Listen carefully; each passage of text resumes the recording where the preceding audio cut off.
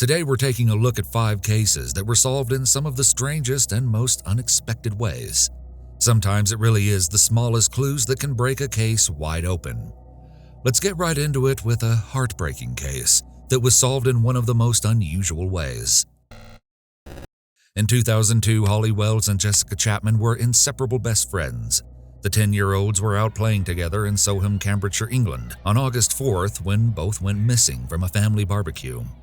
They told their family that they were going upstairs to play together, but instead they snuck away to buy sweets from a vending machine at a nearby sports center.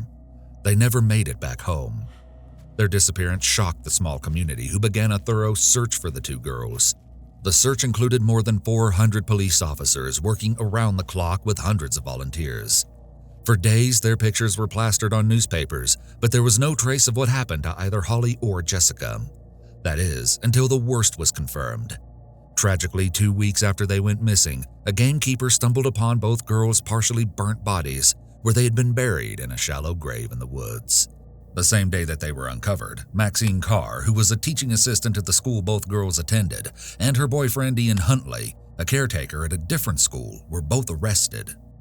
In a disturbing twist, Huntley had actually been part of the volunteers who were searching for Holly and Jessica. Huntley even gave a TV interview where he shared his concern for Holly and Jessica's safety.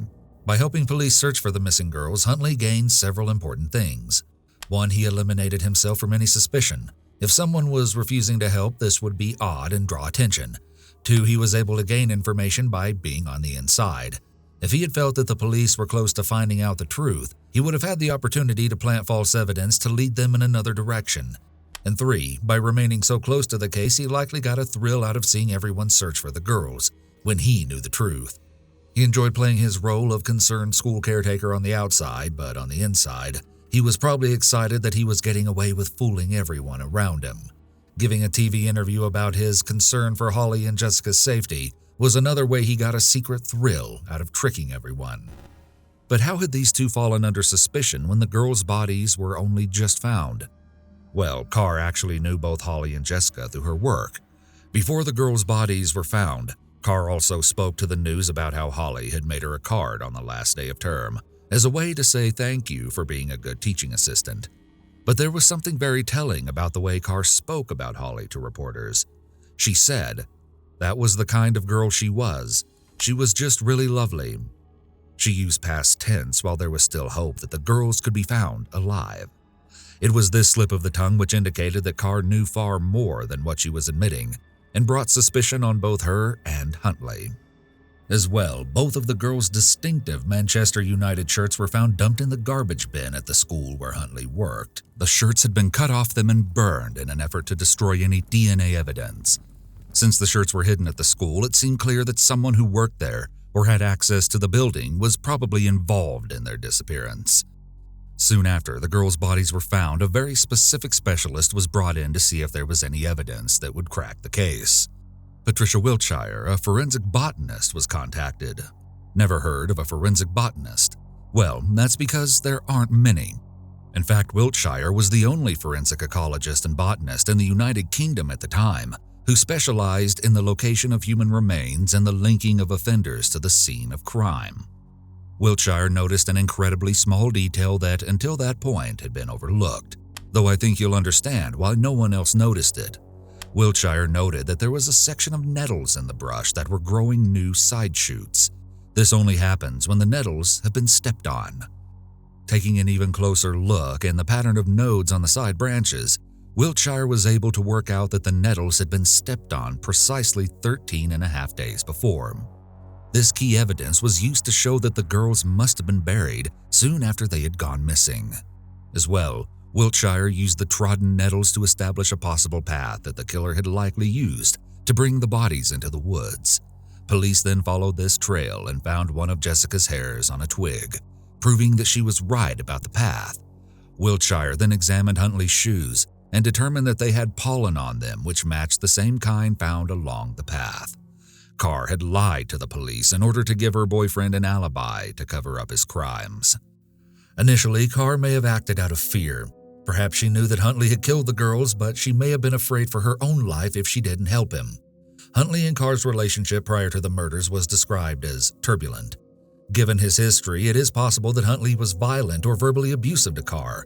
Her motive for lying about being with him the night of the murder may have been self-protective. Confronted with this evidence, Huntley began to behave strangely in police interviews. Investigators noted that his body language changed when he was asked, "Was there any occasion, Ian, when you had physical contact with the girls?" Huntley said, "Physical contact? No." Huntley displays several symptoms of antisocial personality disorder, including disregarding the law, being deceitful, acting impulsively, being aggressive, and having a lack of remorse. Many people who commit great acts of violence such as this have a history of trauma from their own childhood. Huntley was allegedly bullied so badly that he switched to a new school when he was 13. He likely felt very out of control when he was bullied at this young age, which may have triggered something in his personality to switch. The girls he killed were a similar age to him when he was bullied. Perhaps in his mind, he finally felt like he was in control of what happened to him. When he was 18, he had a history of relationships with young girls before he ever met Holly and Jessica, including girls as young as 13. Between 1995 and 2001, Huntley had inappropriate contact with 11 underage girls, ranging between 11 and 17 years old, and in 1998 he was charged for assaulting an 18-year-old girl. Huntley clearly had a history of grooming young girls, and his violence quickly escalated from assault to murder. Despite his history of inappropriate encounters with minors, Huntley managed to get his job as a caretaker at a school because the head teacher who employed him admitted that he didn't check any of Huntley's job references or his history. So, what happened that day? Well, the girls had been returning home from the vending machine when they passed Huntley. He told him that his girlfriend Carr, who they knew well from school, was at home. It was there that he killed them both. He then buried their bodies. Investigators believe that Huntley had been planning to attack the girls for a long time before he actually did. Huntley used his relationship with Carr to lure the girls back to his house. It is likely that this is something he had fantasized about for a long time, and he was ready whenever the right opportunity presented itself, the girls walking alone. It is possible that he groomed one or both girls in advance to increase their trust in him.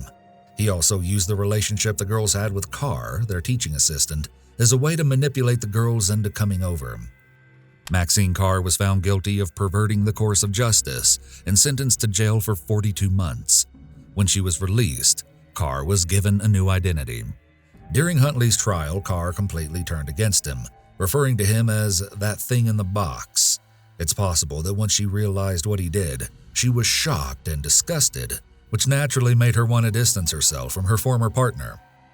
But it's also possible that she only changed her tune in order to protect herself, and if that's the case, it worked considering she received such a short sentence.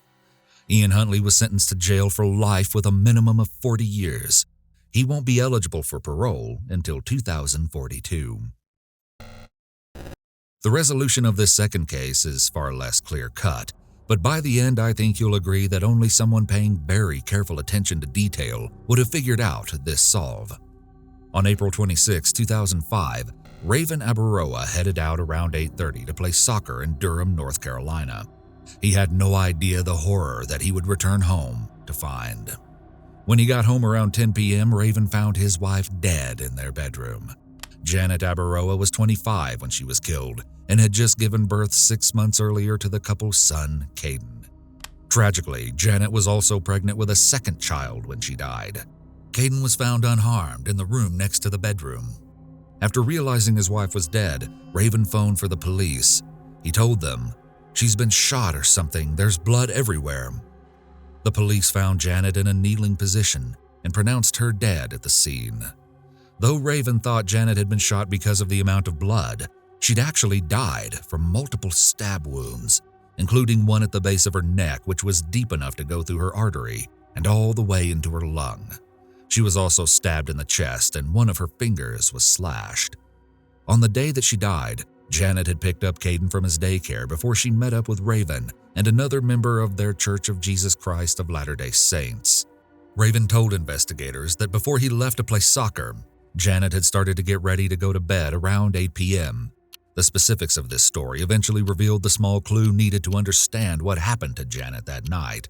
But for now, one thing was clear. Raven appeared to have an alibi for the time his wife died. The couple's relationship apparently went through a rocky patch after they first moved to Durham. According to Janet's sister, she confided in them that Raven had actually wanted to end their marriage altogether and that he'd been unfaithful with several different people. But the couple managed to work through their issues before their son Caden was born. As the investigation into Janet's death got underway, police discovered that Raven had a knife collection, though it had strangely gone missing sometime before investigators arrived.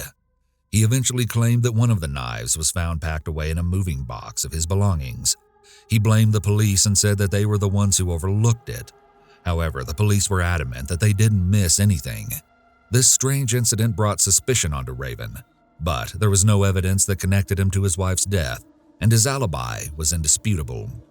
They decided to review the crime scene images, and that's when they saw a tiny detail that had previously been overlooked: Janet's contact lens case. The case was left on the counter, and an investigator noticed that the top was off, which to them was an indication that her lenses were probably not in the case at all. Small detail, right? Well, this tiny distinction could mean that Raven's entire story was wrong. You see, Raven had been adamant that his wife was getting ready for bed when he left for soccer on the night that she died. But if she hadn't taken out her contacts, then she probably wasn't actually getting ready to go to sleep. Janet's family also assured investigators that she had a habit of always taking out her contact lenses when getting ready for bed. Even though this small difference doesn't seem huge, it was enough that strong suspicion was suddenly cast onto Raven Abaroa. He was arrested on February 1st, 2010, and charged with first-degree murder. But there was one big problem. The contact lens theory was just that. There wasn't any evidence. They had to know if Janet was still wearing the contacts when she died. The investigators called an ophthalmologist and asked if it was possible to still find contact lenses on a body that had been buried 5 years earlier. The doctor told them that there was a very good chance that the lenses would have disintegrated over that time. Still, Janet's body was exhumed. To everyone's amazement, fragments were recovered from Janet's body. Once they were cleaned, it was determined that she had still been wearing her contact lenses when she died and when she was buried. Raven's story didn't add up. Janet wasn't killed after getting ready for bed, meaning that there was a good chance she may have died before he left for soccer. The case went to trial in 2013. The prosecution painted Raven as a controlling husband and pointed to the fact that the timeline he gave didn't add up.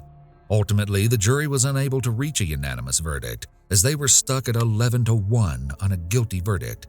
The judge declared it a mistrial. The case went back to court again, but this time Raven entered something called an Alford plea for voluntary manslaughter.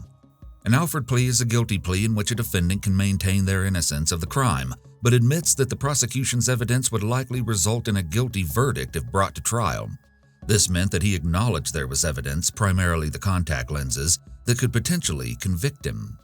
The plea didn't admit guilt, though it's an agreement to be treated as if he was guilty. Because of the plea, he received a reduced prison sentence. Raven Abaroa was sentenced to 95 to 123 months in jail. Because he'd already spent a total of 4 years in prison before and after his trial, which he was given credit for, Raven was released on Christmas Day in 2017. He has maintained that he's innocent, while Janet's family has said they believe his plea deal was a form of admission. Today's third case might be the most unconventional solve of all, and goes to show you that no piece of evidence, no matter how insignificant, can be overlooked. Southsea Beach in Hampshire, England is usually a summer destination, but in July 2012 the area was more like something out of a horror movie. A group of students came across a horrific discovery in a trash bag left on the beach: a human torso. Also hidden in 2 different places along the beach were the human remains of a man's legs and pelvis. The body was revealed to be 30-year-old David Guy, but the details of his death weren't clear, likely because the rest of his body was never found. His cause of death wasn't entirely clear, though the marks on his torso suggested that he'd been stabbed in the chest and killed. It also wasn't exactly clear when he died. Investigators managed to narrow down a window that he died between June 30th and July 3rd. Eyewitnesses were sure that they saw a man riding by on a bike near the spots where the pieces of Guy's body were found. A man who they recognized as a local to the area, David Hilder. Hilder was a scrap metal dealer and the neighbor and friend of Guy. Police turned to him as a person of interest. They discovered a strange story. On July 5th, just after the window of time when Guy was killed, Hilder had shown up at the Shoreham police station. However, the station was closed at the time, so Hilder called an operator where he told them, "I would like to speak to someone. I think I've done something serious. This morning I found a lot of empty Nurofen wrappers in my pocket." Nurofen is a different brand name for ibuprofen. Then he said the ominous words, "I think I've killed someone." Hilder waited for 2 police officers to meet him and went willingly to answer their questions. They noted that Hilder looked dirty and disheveled and was acting extremely confused and rambling. When the police asked him what he meant by he thought he killed someone, he just kept repeating that he didn't know. Hilder was having trouble remembering what exactly he was worried about. Police realized that something was very wrong with Hilder, and he told them that he worried he'd taken an overdose, though he didn't specify on what. He was taken to the hospital soon after to be checked out. While he was there, the police went and searched his flat, but to their surprise, they didn't find anything that they thought was suspicious. When they told Hilder this, he was visibly relieved. He told them that it must have been all in my head then. He was eventually discharged from the hospital, and no one thought too much about it.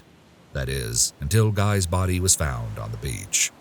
Suddenly, they weren't so sure whatever Hilder had come to the police to report was only in his head. But there was no physical evidence to connect Hilder to Guy's death.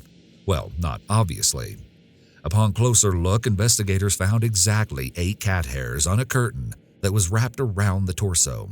Police knew that Hilder owned a cat named Tinker and believed that the cat hair found on Guy's body matched, but they couldn't be sure that it was an exact match. Luckily for them, the University of Leicester had just created a new DNA database. The catalog was a collection of British cats' DNA. The investigators took the cat hair from the torso and ran it through the cat DNA database. As the sample was run against a wider sample of other cats, it was determined 3 of the samples in the database matched. This meant it wasn't a perfect match, but still helped to narrow down the source. Fortunately for investigators, Tinker's had a relatively rare DNA makeup, only shared by 1/3 of cats. Police determined that there was only a 1 in 100 possibility that the hairs were not from Tinker. Hilder was charged with Guy's murder.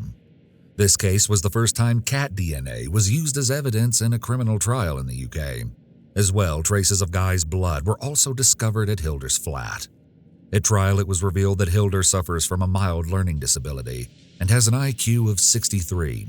As well, the jury was told that he also suffers with bouts of depression, which may have influenced the events which led to Guy's death. Hilder likely had very limited learning and reasoning skills.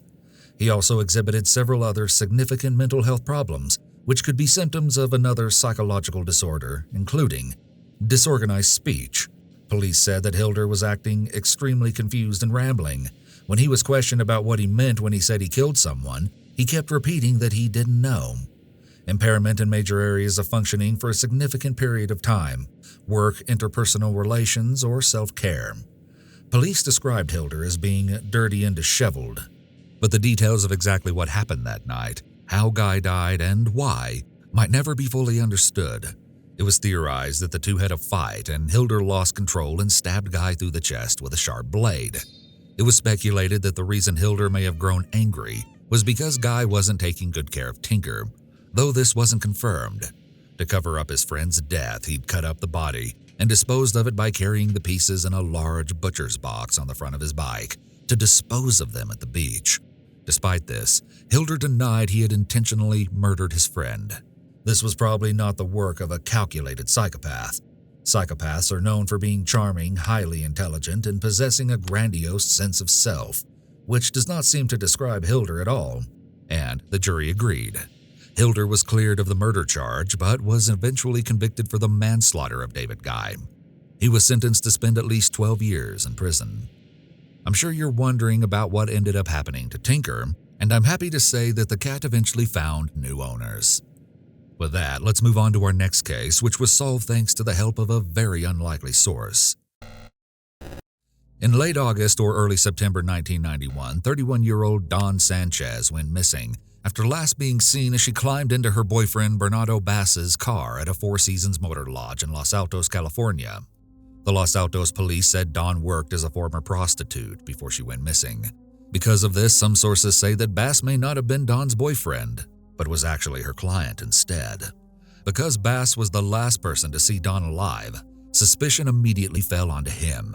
As the search for Dawn got underway, a few witnesses came forward to report that they thought they had seen the couple in a vacant lot where they were having an argument. The witnesses even said that they were sure that Bass shot Dawn in this lot after their fight because they heard gunshots. With this information in mind, Bass was charged with her death. Despite these testimonies, police struggled to ever find any evidence that actually supported them. The FBI became involved and helped in the search of a Santa Clara Creek looking for Dawn's body. They never found the corpse, the gun allegedly used to kill her, or Bass's 1979 Pontiac Grand Prix car. Tragically, Dawn's case was dismissed in 1992 because of insufficient evidence. Bass simply walked away. It wasn't until 2007, 16 years later, that Dawn's cold case was suddenly reopened. It's believed that an informant contacted the police to say that the car they were looking for was probably disassembled and then buried below a large abandoned lot in El Viso, which is why they couldn't find it. Almost immediately, police hit a dead end trying to figure it out. They were using a metal detector and the lot was filled with both buried and surface metal debris. The police then searched the property owned by Bass's family. His parents owned 2 properties in Santa Clara where Bass lived for 2 decades in a small converted garage with boarded-up windows in the backyard. This meant he was living there when Dawn went missing. Investigators found a large closet in Bass's bedroom, which had something that they described as a kind of niche that was about 20 inches wide and 4 feet deep. A family member told the police Bass mentioned the niche to them and made the creepy comment that, "I have to seal this off in case the police ever search here." Because Bass and Dawn were allegedly dating when she disappeared, her death was possibly a result of domestic violence. Bass was described as a jealous, controlling boyfriend, and Sanchez was afraid of him. Despite Bass's claims that he was just one of Dawn's clients, police found evidence to the contrary: love letters written by Bass to Dawn. In the letters, Bass said he wanted to marry her and have children with her. It's possible that this was a very one-sided relationship, with Bass being obsessed with Dawn and Dawn rejecting him. He was deeply jealous, and her way of making a living probably enraged him, as she would frequently be entertaining other men. Dawn being a prostitute may have been part of the reason that Bass decided to kill her. He may have felt that she was an easy target and that she wouldn't be missed. She may have had limited family or other social support. In fact, she was last seen on August 30th, 1991, but she wasn't even reported missing until early October. Bass wasn't charged until later in October, 2 months after she disappeared. That gave him plenty of time to get rid of the evidence. Prostitutes are often a target of serial killers, such as the infamous Jack the Ripper or the Long Island serial killer. Shockingly, 32% of U.S. serial murder female victims between 1970 and 2009 were known prostitutes. Though they didn't find any human remains, the police brought in cadaver dogs, all of which indicated that they scented human remains in the closet. It takes a truly disturbed person to continue to live in a small, converted garage apartment where they have hidden a body. Once again, Bass was charged with Dawn's death. Investigators theorized that Bass must have shot her in his car, then hid Dawn's body in the niche after killing her, until he figured out where to hide it. Because of the evidence in the vehicle, he dismantled it and hidden the pieces under the lot. But they still needed evidence. Excavating the entire lot would be far too expensive, and so the district attorney decided to reach out to an unlikely source for help: the United States Geological Survey. They agreed to help and brought in the aid of investigators from NASA's Payload-Directed Flight Research Group. This group developed technologies which help Earth science missions to gather data using magnetic and ground-penetrating radar sensors, which is what they brought in to map the lot. A rover went over the lot and used magnetic rays to map the areas where investigators would most likely find the car, and it worked. These specific parts of the lot were excavated and revealed parts of a car that matched Bass's missing Pontiac. At first, Bass pleaded not guilty to the charges of voluntary manslaughter, but he later changed his plea to no contest when presented with the evidence of the car. He also changed his plea in order to avoid the risk of receiving a 25-year-to-life sentence. Despite the fact that Dawn Sanchez's body was never recovered and the weapon also wasn't found, Bernardo Bass was sentenced to 6 years in prison. The final case I have for you is a tangled web of contradictory stories, but it shows how the truth can be uncovered by the smallest detail. In May 2009, 35-year-old Christoph Borgay was reported missing by a Ryanair colleague and fellow air steward. What they didn't know was that Christoph had actually been missing since April. When police arrived to check on Christoph at the house where he was living in Ellesmere Port, they were met by Dominic Kocher, one of Christoph's friends, who told them that it was all a misunderstanding because he was gone on holidays. Soon after, family and friends of Christoph received emails from him, telling them that he was safe and was traveling through China. However, there was also conflicting information, as some people believed that Christoph had returned to his home in France. Kocher, a married dad of 3, didn't actually live at the home with Christoph, but his cousin Manuel Wagner and friend Sebastian Bendu did. For more than 3 years, there was no trace of what happened to Christoph. It was as though he had completely vanished. Then Kocher and his family, along with Wagner and Bendu, moved away together from Ellesmere Port, first to Warrington and then to live in Dumfries, Scotland. Before they left the Hylton Close house in Ellesmere Port, the 3 men made sure to tell the new tenant that the garden shed behind the house was off limits because the landlord kept their personal property inside. Little did anyone know, the outbuilding held something far more sinister. After their move to Scotland, everything started to unravel for the group. In May 2013, Bendu suddenly traveled the 200 miles from Dumfries back to Ellesmere Port. Once there, he used a phone box to call police and tell them, "This is too much for my mind," and he wanted some peace. He told the police that he had killed Christoph 4 years earlier in self-defense, but he added that he was only now coming to the police to confess out of fear that Kocher would eliminate him. He led police to the garden shed where he said Christoph's body was buried below in a cement tomb.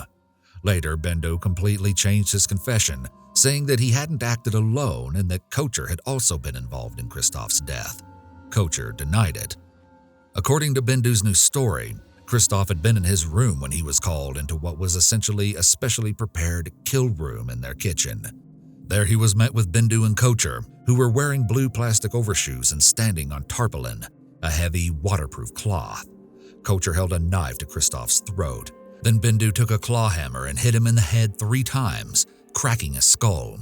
Kocher then stabbed Christoph in the neck with a paring knife before his body was wrapped up in the tarpaulin and a duvet cover. Kocher mixed some cement and Christoph's body was sealed inside a concrete tomb below the garden shed. However, once again, Bendu told a completely different story. This time he included Wagner. Bendu claimed that he'd walked in on Kocher holding a knife to Christoph's neck as Wagner hit him in the head with a hammer. He said that Wagner kept hitting Christoph another 10 times.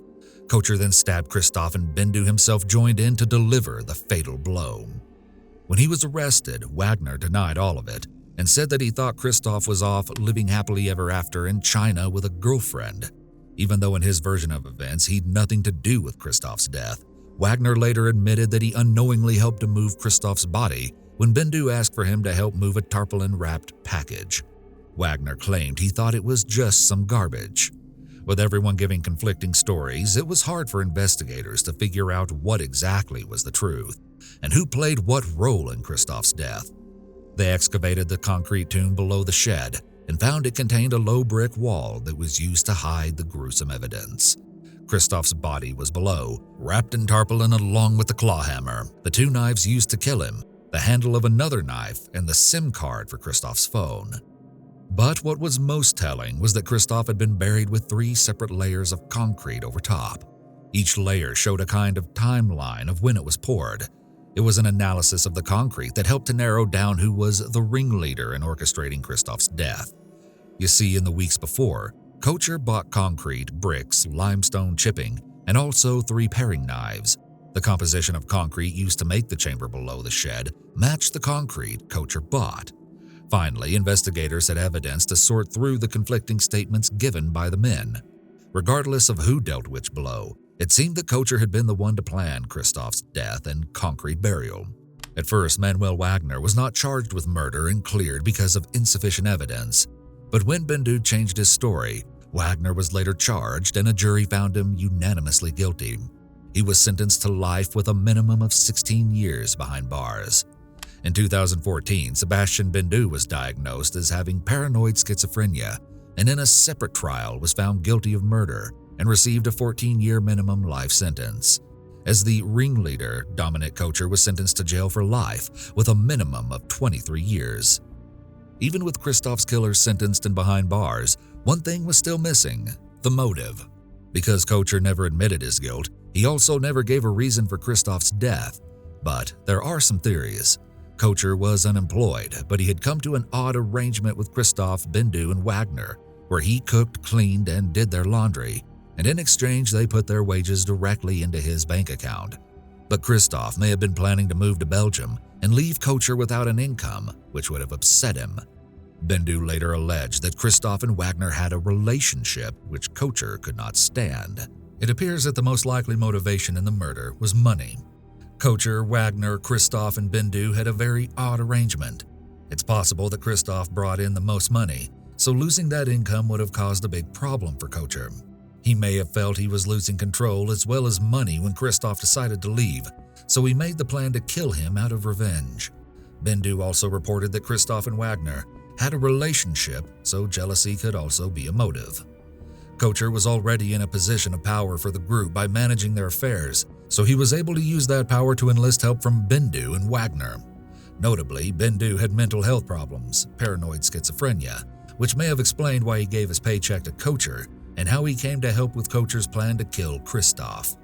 This could also explain his inconsistent accounts of the murder, as disorganized speech is a symptom of schizophrenia. Bindu stated, "I was manipulated by Dominic. I was like a puppet.